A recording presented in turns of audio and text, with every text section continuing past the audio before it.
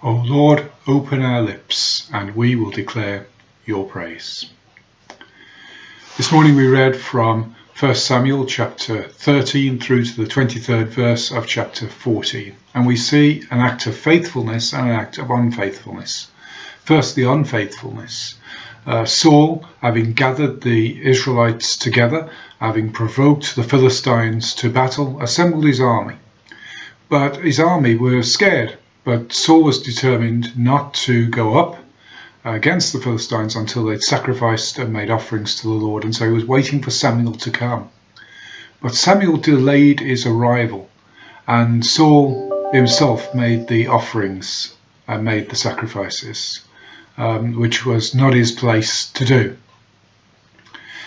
In doing so, he showed his lack of faith in God, that God would work on his behalf, that the prophet would come, that the offerings would be made, that God would avenge those people, those of his soldiers who were leaving him, would not be necessary to the victory.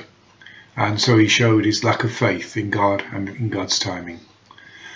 And the second passage we read as we move over to chapter 14 is the opposite.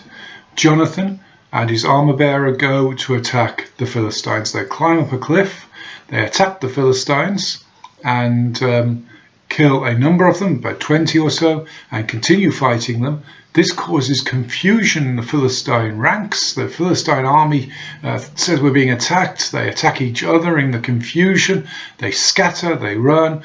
The Israelites, even those who'd been hiding, and even those who'd gone over to fight on the Philistine side, came out and joined Saul, and they defeated the Philistines there because of Jonathan's faithfulness and trust in the Lord.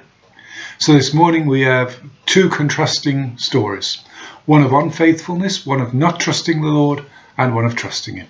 Let's make sure today that we are those who trust the Lord, whether by few or many.